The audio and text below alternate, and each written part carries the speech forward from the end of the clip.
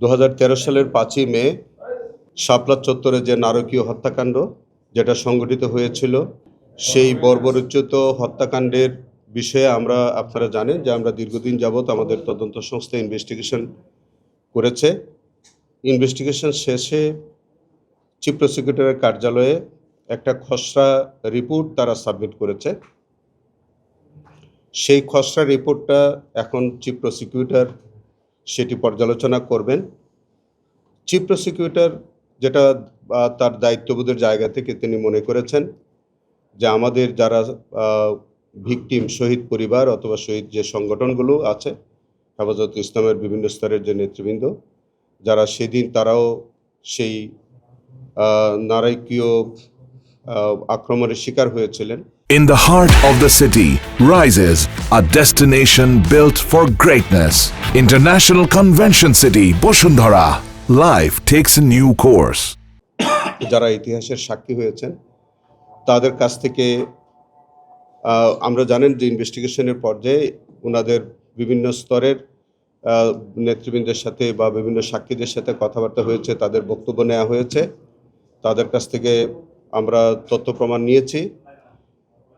সত্ত্বেও আমাদের কাছে যে রিপোর্টটি সাবমিট করা হয়েছে সেই রিপোর্টের উপরে আর কোনো বক্তব্য আছে কিনা ওনাদের, এবং আর কোনো পরামর্শ অথবা কোনো ধরনের সংযোজন বিযোজন সব কিছু নিয়ে আমরা মনে করেছি যে যাতে একটি সঠিক তদন্ত রিপোর্ট সাবমিট হয়, যাতে একটা স্বচ্ছ বিচার হয় এবং প্রকৃত আসামি যারা তারা যাতে বিচারের সম্মুখীন হয়, সেই কারণেই আমরা ওনাদেরকে আজকে আমরা সালাম জানিয়েছিলাম।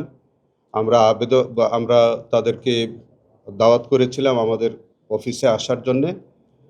তারা এসছেন, আমাদের তদন্ত সংস্থার কর্মকর্তারা যেমন এসছেন, আমাদের হেফাজতে ইসলামের বিভিন্ন স্তরের কর্মকর্তাগণ তারা এসছেন, এবং সেই জায়গা থেকে আজকে আমাদের কাছে যে রিপোর্টটি সেটা খসড়া রিপোর্টটি আমরা পর্যালোচনা করে দেখছি।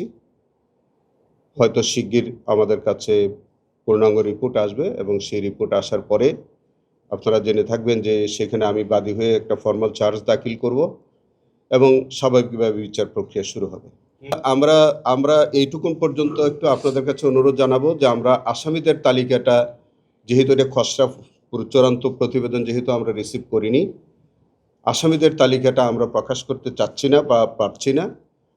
আমরা খসড়া তালিকায় শেখ হাসিনার বিরুদ্ধে প্রাথমিক প্রতিবেদন পাওয়া গেছে, সেখানে পুলিশ প্রধান, বিজিবি প্রধান সহ এরকম কয়েকজন আমরা মোটা দাগে বলতেই পারি যে তাদের বিরুদ্ধে একটা খসড়া রিপোর্ট এসছে, সেটা আমরা যাচাই বাছাই করে দেখব। বললাম পূর্ণাঙ্গ রিপোর্ট আসলে আপনাদের কাছে বিস্তারিত বলা যাবে। বললাম যে একটা খসড়া রিপোর্ট, সেখানে আমি একটু আগেই যেমনটা বললাম যে কোনো আসামি যদি হওয়ার থাকে তিনি আসামি হবেন, এটা খসড়া, সংযোজন হতে পারে, বিযোজন হতে পারে, আমরা তো যাচাই বাছাই করে দেখছি। এবং আজকে আমাদের হেফাজতে ইসলামের নেতৃবৃন্দরা যারা আছেন তারা এই ঘটনার জ্বলন্ত সাক্ষী, প্রত্যক্ষ সাক্ষী, তারা ঘটনার বিষয়ে আরও বেশি ওয়াকিবহাল আছেন। আমাদের ইনভেস্টিগেশন রিপোর্টে যেটা বেরিয়ে আসছে, আমাদের সেই ইনভেস্টিগেশনের উপরে যদি আর কোনো বক্তব্য থাকে তারা নিশ্চয়ই বলবে।